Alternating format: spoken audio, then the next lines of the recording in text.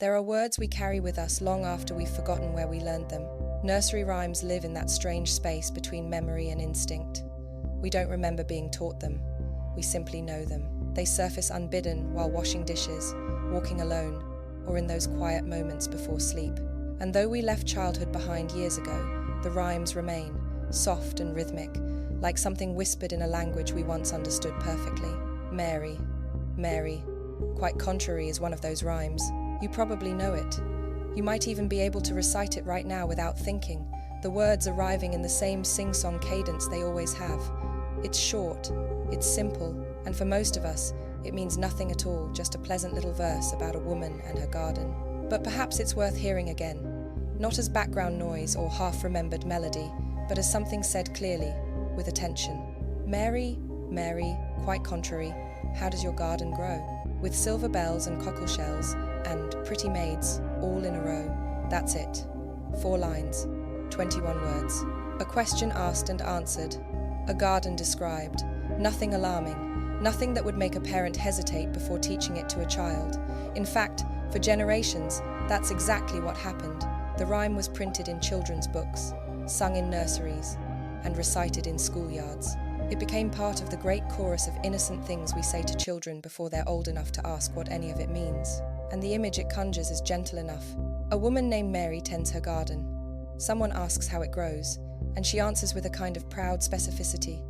Silver bells, perhaps flowers that shimmer in the light, cockle shells, maybe decorative borders or plants with shell-shaped blooms, and pretty maids all in a row, flowers standing neat and orderly, or perhaps young girls helping in the garden, arranged like a painting from a simpler time. It feels pastoral, quaint, English in that deep, rural way that suggests thatched cottages and kitchen gardens and long afternoons in the sun. There's no danger in it, no warning. Nothing that would make you pause mid-verse and wonder if you should continue. It's the kind of rhyme that exists to fill silence, to soothe, to teach rhythm and rhyme to children who are just learning that words can be playful. And yet, if you sit with it a moment longer, something begins to shift. Not loudly, not all at once, but like a door left slightly ajar in a house you thought was empty, there's a draft you didn't notice before. The word contrary stands out first. It's an odd choice for a garden rhyme, isn't it? Not clever Mary or gentle Mary or even busy Mary. Contrary, stubborn, oppositional, difficult. It's a word used to describe someone who refuses to do what's expected, someone at odds with the world around them. Why would a simple gardener be contrary? And then there's the question itself. How does your garden grow? It's asked as if there's something unusual about the way this particular garden grows, as if Mary's methods are strange, or suspect, or worth inquiring about. It's not what a lovely garden, it's a question that implies curiosity, maybe even suspicion. The answers she gives don't help. Silver bells, cockle shells, pretty maids all in a row. None of these are common flowers. In fact, they're not flowers at all, not in any horticultural sense. Silver bells might suggest the shape of a bloom, but it's an imprecise, almost decorative way to describe a plant. Cockle shells belong to the sea, not a garden. And pretty maids, if they're meant to be flowers, sound more like a nickname than a proper name, the kind of thing someone might call a plant they didn't quite know how to identify. It's all a bit vague, a bit off, and that phrase, all in a row, lingers in a way that's hard to shake. It suggests order, yes, but also arrangement. Things placed deliberately, things lined up. It's the kind of language you'd use to describe soldiers, or graves, or anything that's been organized by human hands rather than allowed to grow wild. The rhyme begins to feel less like a song about gardening and more like a song pretending to be about gardening. And once you notice that, other things begin to surface. The rhyme doesn't appear in the earliest collections of children's literature. It's not found in the lullabies and cradle songs that were clearly intended to calm infants or entertain toddlers. Instead, it shows up later, in the 18th and 19th centuries, already worn smooth by repetition, already embedded in oral tradition, which means it was being recited long before it was written down. And it was being recited by adults, not children. Nursery rhymes, we're told, are for children, but that's not quite true. Many of them were never written for children at all. They were written for adults, or more accurately, they weren't written at all. They were spoken, whispered, passed along in taverns and markets and fields. They survived because they were memorable, because they rhymed, because they could be taught and repeated without needing to be explained. And very often, they survived because they said things that couldn't be said any other way. Mary, Mary, quite contrary, maybe one of those rhymes. not a song about flowers, but a song about something else entirely, something that needed to be remembered, but couldn't be said directly, something that had to be encoded in bells and shells and rows of silent figures, something that, even now, we're still repeating without quite knowing why. The rhyme about Mary and her garden did not appear out of nowhere. It belongs to a much older tradition, one that stretches across Europe and back through centuries of upheaval, violence, and survival. A tradition of saying dangerous things in safe-sounding ways. Folk verses have always done this. They've always carried more than they appear to carry. A song about roses might be about plague. A lullaby about falling might be about execution. A counting rhyme might encode the names of traitors or martyrs, preserved in rhythm so they wouldn't be forgotten. This is not unique to England. It's not even unique to nursery rhymes. Across Europe, you find the same pattern. Innocent verses that, when examined closely, reveal something much darker underneath. In France, songs about bridges and dancing concealed references to religious purges. In Germany, rhymes about animals encoded political allegiances during the 30 Years' War.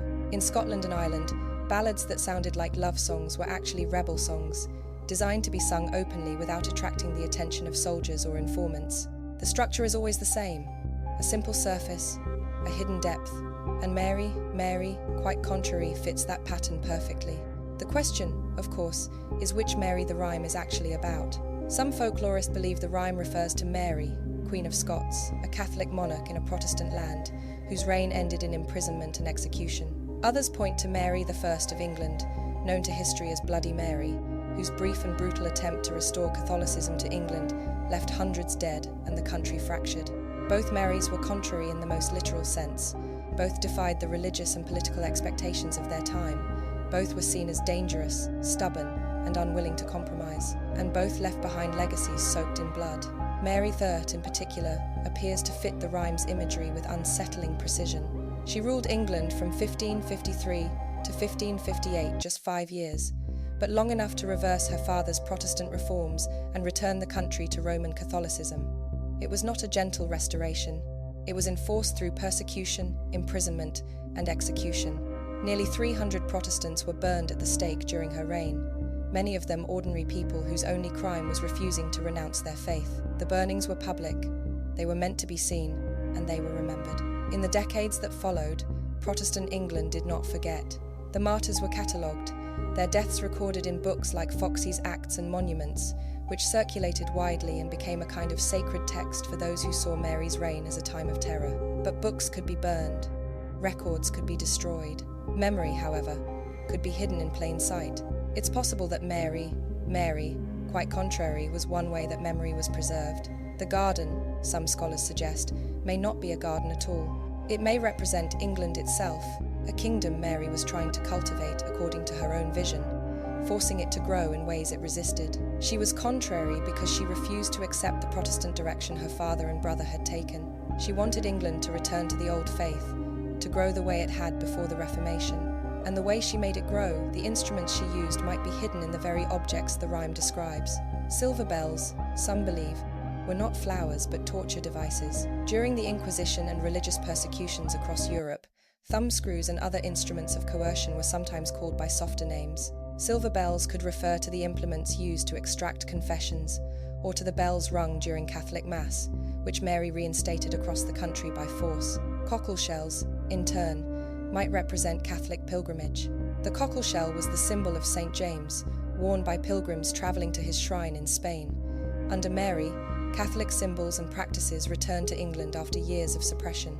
To her supporters, it was a restoration. To her enemies, it was an invasion, foreign symbols forced back into a land that had tried to leave them behind. And the pretty maids all in a row? Some scholars suggest these were not flowers at all, but a reference to execution. The phrase has been interpreted as referring to the guillotine-like devices used in some executions, or more grimly, to the rows of people led to the stake during Mary's reign. Pretty maids, young, innocent, aligned in order awaiting their deaths.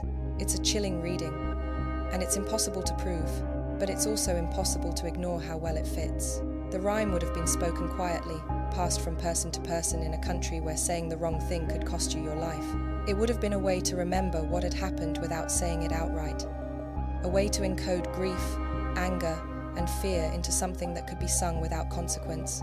Other interpretations exist, of course. Some folklorists point to Mary, Queen of Scots instead, whose reign was equally troubled and whose garden at Holyrood Palace was well known. Others suggest the rhyme is older still, tracing it to pre-Reformation Catholic imagery that survived in folk tradition long after its original meaning was forgotten. The truth is, we may never know which Mary the rhyme was about or if it was about any specific Mary at all. But what's clear is this: the rhyme was never innocent. It belongs to a tradition of verses that say one thing and mean another, a tradition born out of necessity, out of the need to remember what could not be safely recorded.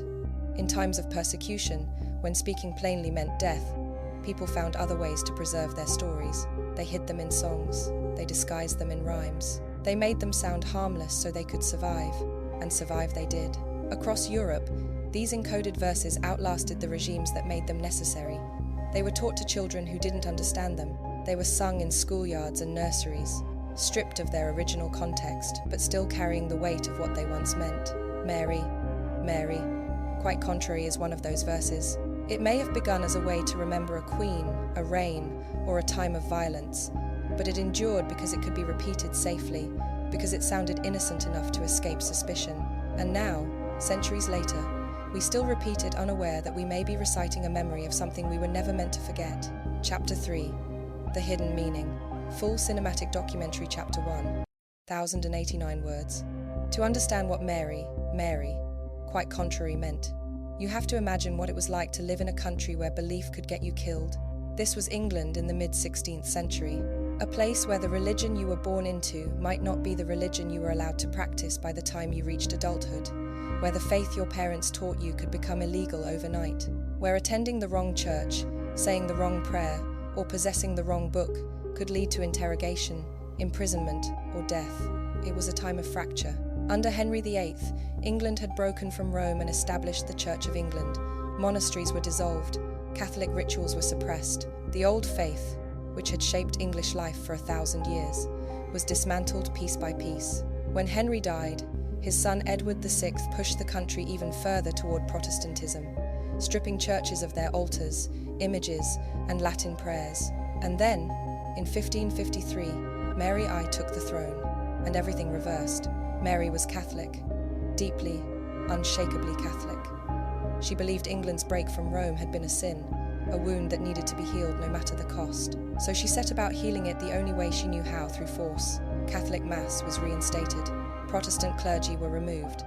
Those who refused to convert were given a choice: recant or burn. Hundreds chose to burn. For those who lived through it, this was not ancient history. It was immediate. It was personal. It was the kind of trauma that reshapes a society, that leaves marks on the people who survive it. And in a world where speaking openly about such things could bring suspicion or worse, the safest way to remember was to hide the memory in plain sight. The garden in the rhyme may have been one such hiding place. On the surface, it's just a garden, a simple, domestic image that anyone could picture. But in the context of Mary's reign, it takes on a different meaning. The garden might represent England itself, a kingdom Mary was trying to cultivate, to reshape according to her vision. She wanted it to grow Catholic, to bloom with the old faith restored. But the question asked in the rhyme is telling. How does your garden grow? Not what a beautiful garden, but how. It's a question that implies method, means. It asks what tools were used, what techniques were applied, and the answer Mary gives, silver bells, cockle shells, pretty maids all in a row, may have been a way of naming exactly how she made England grow the way she wanted. Silver bells, some scholars believe, could refer to instruments of torture. During periods of religious persecution, those who refused to recant were often subjected to interrogation and physical coercion. Devices with euphemistic names were used: thumbscrews, racks, branks. It's possible that silver bells was a kind of coded reference, a way of alluding to these instruments without naming them directly. To call them bells made them sound harmless, even decorative, while still pointing toward the suffering they represented. Others suggest silver bells might refer to the Sanctus bells used in Catholic Mass, small bells rung during the consecration of the Eucharist. Under Protestant rule, these bells had been silenced. Under Mary, they rang again in every church, a sound that signaled the return of the old faith. To Catholics, it was a sound of restoration. To Protestants, it may have felt like an invasion, a return to something they had hoped was gone forever. Either way, the bells were not innocent. Cockle shells carry a similarly double meaning. The cockle shell was the emblem of St. James of Compostela, worn by pilgrims who travelled to his shrine in Spain. For centuries, these shells had been symbols of Catholic devotion. When England turned Protestant, such symbols were discouraged, even forbidden. But under Mary, Catholic pilgrimage was restored, shrines reopened, saints were venerated again. For those who remembered the old ways, the cockle shell represented a return to tradition. But for those who had embraced the Protestant reforms, it was a symbol of something alien being forced back into their lives: foreign rituals, foreign loyalties, foreign faith. The cockle shell was not neutral. It was a declaration. And then there are the pretty maids, all in a row. This is perhaps the most haunting image in the rhyme. Some interpretations suggest the maids represent a type of flower, perhaps referring to the small, bell-shaped blooms that grow in neat lines. But others hear something darker in the phrase. The word maid can mean a young woman, but it can also mean a maiden, someone unmarried, someone young, someone innocent. And the phrase all in a row suggests arrangement, order, bodies lined up. During Mary's reign, executions were not hidden. They were public events, meant to serve as both punishment and warning. Those condemned to burn were often led to the stake in groups, arranged in rows, their deaths witnessed by crowds. The phrase pretty maids could be a way of referring to these victims young, innocent, aligned in death.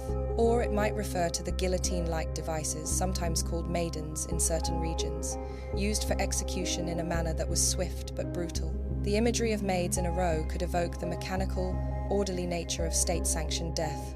For those who whispered this rhyme in the years after Mary's reign, these symbols would not have been abstract.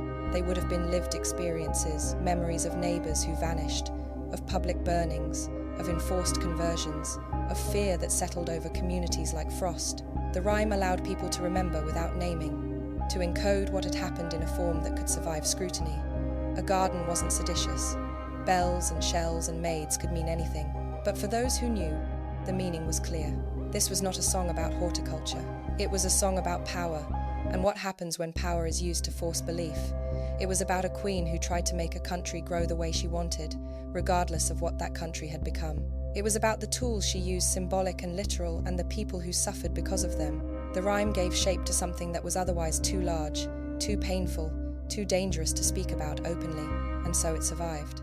Not because it was clever, but because it was necessary, because it said what needed to be said in the only way it could be said, and because, even stripped of its original meaning, it still carries the weight of what it once held. There is a question that lingers at the end of all this, not which Mary the rhyme was about, or what the garden truly meant, but something simpler and stranger. Why did this particular verse survive? Thousands of rhymes were spoken in 16th century England. Thousands of songs, verses, and coded sayings circulated through taverns, markets, and homes.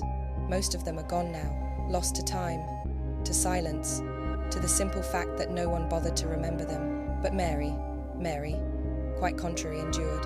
It outlasted the reign it may have been describing.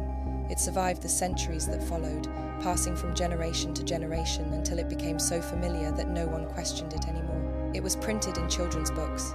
It was taught in nurseries. It became one of those things that simply exists, like a stone worn smooth by water still there, but with its edges softened, its original shape almost forgotten.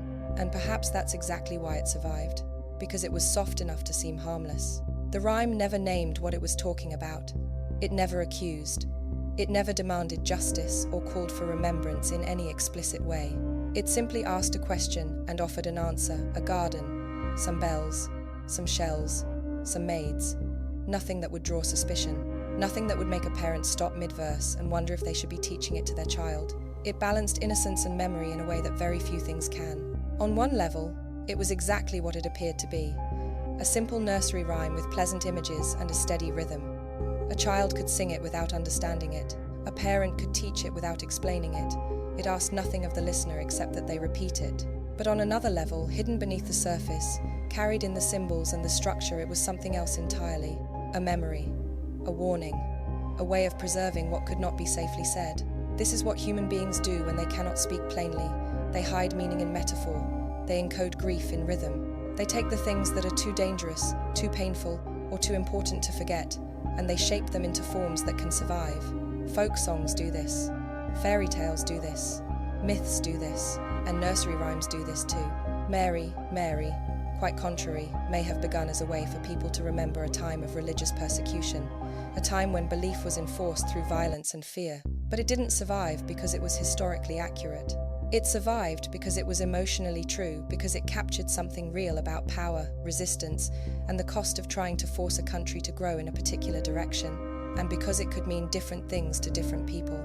For those who lived through Mary I's reign, the rhyme might have been a quiet act of defiance, a way of remembering what had been done without risking accusation. For their children, it might have been a story they didn't fully understand but repeated anyway, sensing that it mattered. For later generations, it became detached from its origins entirely, just another verse in the great catalogue of rhymes that children learn. But even stripped of its original context, the rhyme retained a kind of weight. There's something unsettling about it, even now. Something in the word contrary, in the question, how does your garden grow, in the image of bells and shells and maids arranged in rows. It doesn't feel quite innocent, even if you don't know why. And perhaps that's the point. Perhaps the rhyme survived precisely because it could carry meaning without insisting on it. It could be taught to children without explanation. It could be repeated across centuries without needing to be understood. And yet, for those who knew or who sensed that there was something more beneath the surface, the rhyme remained a way of holding onto a truth that might otherwise be lost. Every time a child recites Mary, Mary, quite contrary, they are repeating words that may have been shaped by fear, by faith, by survival. They are speaking a language they don't know they're speaking. And they are participating in a kind of cultural memory that doesn't require conscious understanding to function. The rhyme has become part of the collective inheritance of English-speaking children, passed down not because anyone decided it was important, but because it was repeated often enough to become permanent. This is how memory survives when it cannot be recorded safely. It hides in plain sight. It becomes routine. It sounds harmless enough that no one thinks to question it, and yet it carries within it the traces of something older, something darker, something that once mattered deeply to the people who first spoke it. We may never know for certain which Mary the rhyme was about. We may never know if the garden was England, or if the bells were torture devices, or if the maids were victims of execution. We may never know if the rhyme was an act of Protestant resistance, or Catholic grief, or something else entirely. But we do know this: the rhyme was not written for children. It was written for adults who needed to remember something they couldn't say aloud, and it was preserved by being taught to children, who repeated it without knowing why, who passed it on to their own children, who did the same. And now, centuries later, the rhyme still exists, not because it was important in any official sense, not because it was recorded in history books or preserved in archives, but because it was soft enough, simple enough, and memorable enough to survive the very thing it was describing. It outlasted the violence, it outlasted the fear, it outlasted the people who first whispered it and the people who first heard it whispered. And it remains, even now, a quiet reminder that some stories survive not because they are told clearly, but because they are told carefully. Mary, Mary, quite contrary, how does your garden grow? The question was never really about flowers, and the answer was never really about bells and shells. But we keep asking, and we keep answering, and the garden keeps growing.